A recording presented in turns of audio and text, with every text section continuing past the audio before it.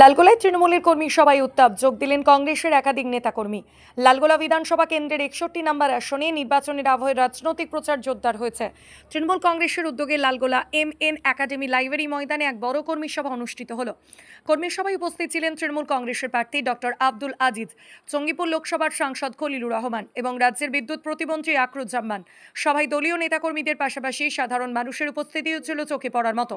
মঞ্চ থেকে নেতারা আগামী নির্বাচনে তৃণমূল কংগ্রেসকে আরও শক্তিশালী করার বার্তা দেন এবং উন্নয়নের ধারা বজায় রাখার আহ্বান জানান। এদিন কর্মী সভাকে ঘিরে রাজনৈতিক উত্তেজনাও ছিল তুঙ্গে। সভার মাঝেই জাতীয় কংগ্রেসের লালবাগ সাব ডিভিশনের জেনারেল সেক্রেটারি তথা লালগোলা ব্লক জাতীয় কংগ্রেসের নেতা ডক্টর হারুন আল রশিদ, জাতীয় কংগ্রেসের লালগোলা ব্লকের গাবতলা বুথের কন্টেস্টিং প্রার্থী ফিটু শেখ ও পঞ্চায়েত সমিতির সদস্য নির্দল প্রার্থী মোহাম্মদ সাইফুদ্দিন তাদের নিজ নিজ দল সহ তৃণমূল কংগ্রেসে যোগদান করেন। তৃণমূল প্রার্থী ডক্টর আব্দুল আজিজের হাত ধরে তারা আনুষ্ঠানিকভাবে দলে যোগ দেন। দলীয় নেতৃত্বের দাবি যোগদান আগামী বিধানসভা নির্বাচনের আগে তৃণমূল কংগ্রেসকে আরও শক্তিভিত তৈরি করতে সাহায্য করবে। অন্যদিকে রাজনৈতিক মহলের মতে লালগোলায় নির্বাচনী লড়াইকে আরও জমিয়ে তুলতে এই কর্মী সভা গুরুত্বপূর্ণ ভূমিকা নিতে পারে। ভোটে যে যোগদানের ক্ষেত্রে বুথের কর্মী বা বুথ সভাপতি অঞ্চল কর্মী তারা করে থাকে। তাদের উদ্দেশ্যে বলা আর কি, যে প্রত্যেকে নিজ নিজ দায়িত্ব নিয়ে নিজ নিজ এলাকায়, এমনটা নয় যে সে লালগোলা থেকে যাবে যশোর, তা না। লালগোলায় তিনি যে রেসপেক্টিভ বুথ, সেই নিজ নিজ বুথে থেকে নিজের দায়িত্বে সেই নির্দেশ আজকে দেওয়া হলো।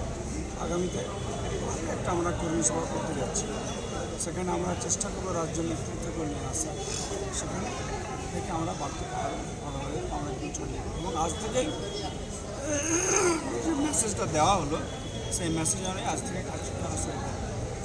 এবং দুজন যোগদান করলো, কি বলবেন এ নিয়ে?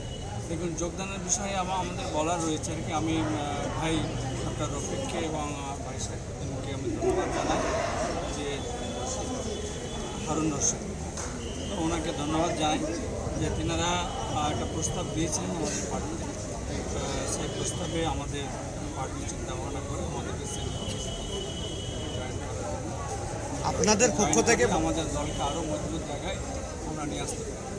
বিরোধীরা বলছে যে আপনাদেরকে তাদেরকে টাকার প্রলোভন দেখিয়ে কিনে নিচ্ছে, কিন্তু আপনারা বলছেন দূরবীন দিয়ে বিরোধীদেরকে আর খুঁজে পাওয়া যাবে না, কি বলবেন? তো বিরোধী কীভাবে জবাব দেবেন? আমি মনে করি বিরোধীদের কাজ এবং কথাটাই হচ্ছে বিরোধাভাস থাকবে, কাজে এটা সম্পূর্ণ ভিত্তিহীন হিসাবে আমরা এগুলো শুনি না। ঠিক আছে। কর্মী সভা, কর্মী বৈঠক আজকে আগামী যে বিধানসভা নির্বাচন রয়েছে সেইটাকে সামনে রেখেই আজকে কর্মী সভা, কর্মীদেরকে উৎসাহিত করার জন্যই আজকে সভার আয়োজন করা হয়েছিল। আমাদের মাঝে উপস্থিত হয়েছিলেন আমাদের জেলা সংগঠনের সভাপতি মাননীয় সাংসদ খলিলুর রহমান সাহেব। তিনিও তাদেরকে অনুপ্রাণিত করলেন, তাদেরকে উদ্বুদ্ধ করলেন। পাশাপাশি আমাদের বাকি জেলা নেতৃত্ব রয়েছে, তারাও তাদেরকে উদ্বুদ্ধ করেছে। আমি আমার তরফ থেকে যতটা সম্ভব করা যায়, পশ্চিমবঙ্গ পুনরায় মাননীয় মমতা ব্যানার্জির ক্ষমতায় নিয়ে আসতে হবে, এটাই হচ্ছে শেষ কথা। তাই জন্য আমরা তাদের সঙ্গে সেই নিয়ে আলাপ আলোচনা করলাম, তাদেরকে তীব্রভাবে সহযোগিতা দিলাম। আগামী দিনে আমরা আবার তাদের সঙ্গে তাদের পাশে। আপনাকে কি কারণে ভোট দেবে লালগোলাবাসী? আপনি আগামী দিনে কী করতে চাইছেন এলাকায়? দেখুন, প্রথমত আমি ধন্যবাদ জানাই আমাদের মাননীয় মুখ্যমন্ত্রী মমতা ব্যানার্জিকে। তিনি একজন মানবিক যে মুখ হিসেবে উঠে এসেছেন পশ্চিমবঙ্গে বিগত 15 বছর ধরে, তার আগেও তিনি লড়াই করেছেন মানুষের জন্য। বিগত 15 বছর ধরে তিনি যেভাবে পরিষেবা দিয়ে আসছেন পশ্চিমবঙ্গের সাধারণ মানুষকে, যাতে তারা একটা সুস্থ সচ্ছল জীবনযাপন করতে পারে, সেই জন্য তিনি বিভিন্ন রকম প্রকল্প নিয়ে আসছেন। এর পাশাপাশি যাতে মানুষ অসুবিধার মধ্যে না পড়ে বা যারা অসুবিধার মধ্যে ফেলছে যে কেন্দ্রের সরকার, সেখান থেকে সাধারণ মানুষকে বাঁচানোর জন্য যেভাবে তিনি ঝাঁপিয়ে পড়ছেন, তাতে সেইটাতে মানুষ অনুপ্রাণিত হচ্ছে এবং সেই ক্ষেত্রে সেই দিকটা লক্ষ্য রেখে মানুষ তাকে ভোট দেবেন এই আশা রাখছি। এবং মানুষ এই কারণেই তাকে ভোট দেবেন, তিনি একজন মানবিক মুখ্যমন্ত্রী, মায়ের মতো করে সবাইকে আগলে রেখেছেন। আপনার বক্তব্যের সিংহভাগ ছিল মানুষের উন্নয়ন করবেন, সার্বিক কাঠামো বাড়াবেন। রাজ্যের বুকে একটা সাম্প্রদায়িক শক্তি আছে, বিভাজনের রাজনীতি যারা করছে, যারা ধর্মোন্নতার মধ্যে বিভাজন করার চেষ্টা করছে, মানুষের মধ্যে বিভেদ এবং বৈষম্যের রাজনীতি করছে, সেই বিজেপিকে পরাস্ত করতে গেলে কংগ্রেস কিন্তু পশ্চিমবঙ্গের নির্ণায়ক শক্তি নয়।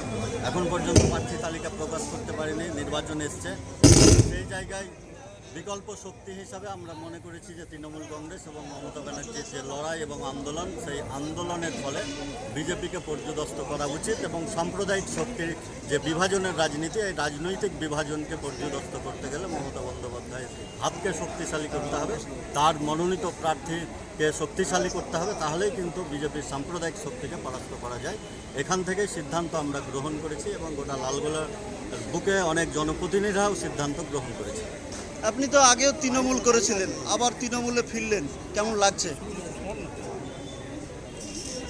পুরনো জায়গা, পুরনো মঞ্চে, পুরনো লোকদের সঙ্গে সবাই সম্মিলিতভাবে একসাথে কাঁধে কাঁধ মিলিয়ে কাজ করব এবং এই বাংলাকে রবীন্দ্রনাথের বাংলা, এই বাংলা বিবেকানন্দের বাংলা, এই বাংলা কাজী নজরুলের বাংলা, এই বাংলায় কোনো রকম সাম্প্রদায়িক বিভাজন, সাম্প্রদায়িক বিভেদ, সাম্প্রদায়িক বৈষম্যকে বরদাস্ত করা যাবে না। তাই আমরা আবার তৃণমূল কংগ্রেসের হাতকে শক্তিশালী করার জন্য একত্রিত হয়ে, ঐক্যবদ্ধ হয়ে সাংগঠনিকভাবে লড়াই আন্দোলন সংগ্রামের মঞ্চে আমরা একসাথে থাকতে চাই। ঠিক আছে।